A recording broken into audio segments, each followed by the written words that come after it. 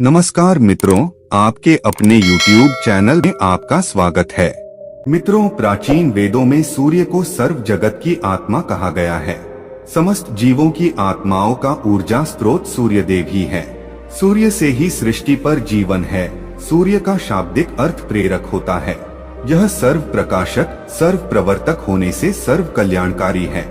यजुर्वेद में कहा गया है, चक्षु सूर्योजायत, अर्थात सूर्य भगवान का नेत्र है। इसीलिए साक्षात भगवान सूर्य की किरणों के माध्यम से समस्त संसार का संचालन करते हैं। मनुष्य को सूर्य भगवान को जल देकर उनका आभार प्रकट करना चाहिए। यदि नित्य सूर्य को जल देना संभव नहीं है तो व्यक्ति को रविवार के दिन सूर्य देव को जल अवश्य ही देना चाहिए। इससे मनुष्य को सूर्य देव की कृपा प्राप्त होती है। मित्रों, सूर्य इस संपूर्ण सृष्टि के प्रत्येक जीव का आधार है। सूर्य देवता के बिना तो जीवन की कल्पना भी नहीं की जा सकती है। परम तेजस्वी सूर्य देवता की उपासना करने की परंपरा अत्यंत प्राचीन काल से चली आ रही है। सूर्य देवता की पूजा के साथ ही उन्हें अर्घ्य देने का भी प्रचलन है। सूर्य देवता को अर्घ्य देने से मनुष्य के जीवन में कई सकारात्मक और चमत्कारी बदलाव होते हैं। भगवान श्री राम से लेकर भगवान श्री कृष्ण भी सूर्य देव को अर्घ्य दिया करते थे। भगवान श्री कृष्ण ने सूर्य देव की महत्ता का वर्णन कई बार किया है। रोज सूर्य देव को जल चढ़ाना एक ऐसा नियम है जो आपकी जिंदगी में बहुत बड़ा बदलाव ला सकता है। सूर्य की शक्ति इतनी अलौकिक है कि इसके बिना ये पूरी धरती तहस नहस हो सकती है। सूर्य देव प्रकाश, सकारात्मकता, इंद्रिय संयम, ऊर्जा आदि के देवता है। अगर आप जीवन में निराश और हताश महसूस कर रहे हैं, आपका मन आपके वश में नहीं है, आपका स्वभाव अत्यंत क्रोधी है, आप अपने काम भाव पर नियंत्रण नहीं कर पा रहे हैं, शरीर में बेचैनी महसूस होती है और आपका मन नकारात्मक विचारों से भरा हुआ है, तो आप सूर्य देव की उपासना अवश्य करें। सूर्य देव को मात्र जल चढ़ाने से आपके सभी संकट दूर हो सकते हैं। संसार की हर परेशानी का हल सूर्य देव के पास ही है। आपकी हर समस्या का समाधान सूर्य को जल अर्पण करने से ही प्राप्त हो सकता है। सूर्य देवता की उपासना करने से आत्मा की शुद्धि होती है और मनोबल बढ़ता है। सूर्योदय के समय सूर्य की किरणों से वातावरण पवित्र और सकारात्मक बन जाता है। यदि प्रतिदिन आप सुबह स्नान करके सूर्य देवता को मंत्रों का उच्चारण करते हुए जल चढ़ाते हैं तो इसके आपको कई फायदे होंगे। कुछ ही समय में आप खुद इसका प्रभाव महसूस करेंगे कि सूर्य देव की कृपा से आपका जीवन कितना बेहतर हो गया है। आप पाप, रोग, भय आदि दोषों से मुक्त हो जाएंगे और आपका जीवन खुशियों से भर जाएगा। आपका शरीर स्फूर्ति युक्त, रोगों से मुक्त हो जाएगा और आप प्रत्येक कार्य को उत्साह से कर पाएंगे। कुंडली में अन्य ग्रहों की तरह ही सूर्य के शुभ या अशुभ स्थिति में होने से हमारे जीवन पर भी इसका शुभ या अशुभ प्रभाव पड़ता है। कुंडली में सूर्य यदि शुभ स्थिति में होता है तो हमें समाज में भरपूर मान सम्मान, यश और प्रसिद्धि मिलती है। वहीं कुंडली में यदि सूर्य अशुभ स्थिति में हो तो इसके विपरीत परिणाम मिलते हैं। इसलिए कुंडली में यदि सूर्य की स्थिति मजबूत करनी है तो ज्योतिष शास्त्र में कुछ ऐसी चीजों के बारे में बताया है जिन्हें पानी में डालकर सूर्य देव को अर्घ्य देने से शुभ परिणाम प्राप्त होते हैं। किंतु मित्रों, कई मनुष्य सूर्य को जल देते समय बहुत सी गलतियां कर बैठते हैं। सूर्य को जल देते समय महत्वपूर्ण नियमों का पालन नहीं करते हैं। गलत तरीके से अर्घ्य देकर सूर्य देव का अपमान नहीं करना चाहिए, अन्यथा मनुष्य को कई कष्टों का सामना करना पड़ सकता है। साथ ही केवल सूर्य को जल देने से फल की प्राप्ति नहीं होती है। सूर्य को जल देते समय विधि का पालन करते हुए सूर्य देव के मंत्र का जाप करना भी आवश्यक है। तभी सूर्य को जल देने का फल मनुष्य को प्राप्त होता है। ज्योतिष शास्त्र के अनुसार सूर्य देव अप्रसन्न होने पर मनुष्य की बुद्धि का नाश हो जाता है। उसे चारों ओर से अपमान का सामना करना पड़ता है। ऐसे व्यक्ति की आंखों की रोशनी चली जाती है और उसे गंदा भोजन प्राप्त होता है। फल स्वरूप व्यक्ति की विद्या कम हो जाती है। वह जो कुछ भी पढ़ता है उसे तुरंत ही भूल जाता है। पिता पुत्र में अकारण ही वाद विवाद होने लगता है। सूर्य देवता रूठ जाने पर व्यक्ति पर गलत इल्जाम लगते हैं और उसके हाथ से अनजाने में कई अपराध हो जाते हैं। इसीलिए व्यक्ति को अनिष्ट कार्य करके सूर्य देव को रुष्ट नहीं करना चाहिए। इस प्रकार से सूर्य देव का हमारे जीवन में सबसे अधिक महत्व है। यदि आप अपनी मनोकामनाओं की पूर्ति करना चाहते हैं तो सूर्य देव की उपासना अवश्य करें। आइए जान लेते हैं सूर्य को अर्घ्य देने के वह महत्वपूर्ण नियम कौन से हैं।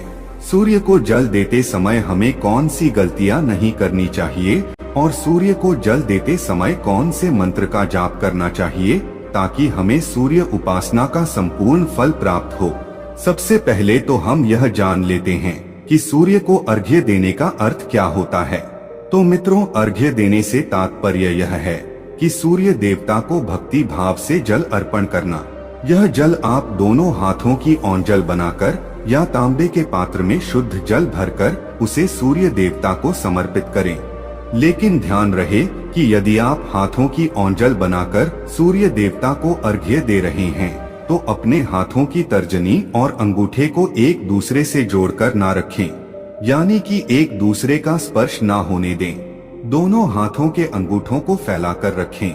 यदि हम तर्जनी और अंगूठे को जोड़कर रखते हैं तो यह राक्षसी मुद्रा बन जाती है और इस मुद्रा में सूर्य को अर्घ्य देना अशुभ माना जाता है। यदि आप पात्र में जल भरकर सूर्य देवता को अर्घ्य दे रहे हैं तो भी उस पात्र को दोनों हाथों के अंगूठे का स्पर्श ना हो, इसका ध्यान रखें। अर्घ्य देते समय अपने दोनों हाथों को ऊपर उठाकर पात्र को पकड़े और सिर झुकाकर रखें। सूर्य देवता को अर्घ्य हमेशा सूर्योदय के समय देना चाहिए। उगते हुए सूर्य की उपासना करना हमेशा ही शुभ होता है। सूर्योदय के 2 घंटे बाद अर्घ्य देने का कोई भी औचित्य नहीं होता है।